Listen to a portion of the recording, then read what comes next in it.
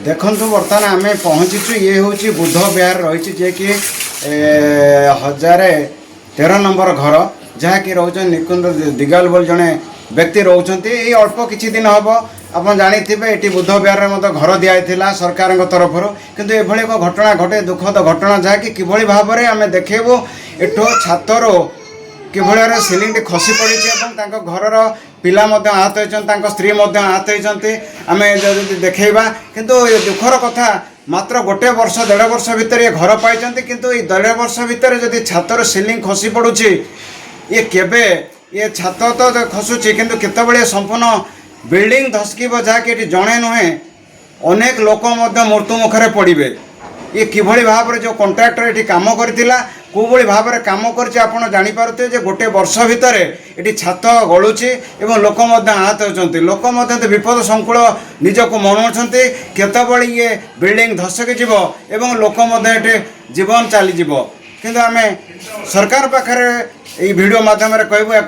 जो घर दि जाऊँ ठीक भाव में मानदंड को जांच करा जाऊ एवं केबे एभली घटना न घटू आप देखुवे जो भाव ये छातर खसी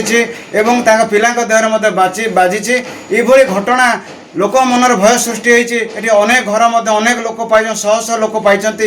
किभली निजको सुरक्षित मनुना आम कथा पाखे कौन घटी घटना आसतु कथा आपण ना कौन भाई निकुंज दिगाल कौन कहे काली छात सिलिंग खसी घटना घटी दुर्भाग्य घटना कौन कहे दुखर विषय कौन कह तो देखो यहाँ आम आसचु अल्प दिन ही आसचु वर्ष खंड है रही वर्ष भितर देखो यहाँ सिलिंगटा हठात खसी पड़ा 3:30 बेलू छुआ पिला शुई जाती कम को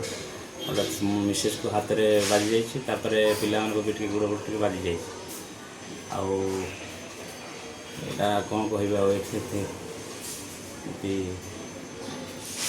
दुखर विषय गोटे यहाँ माने अल्प दिन में सिलिंग खसी पड़ जाए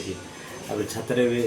केतले गली पड़ो यहाँ भी कही होनी के सरकार गोटे काम कर भल गोटे काम कर दिखाते घर जाक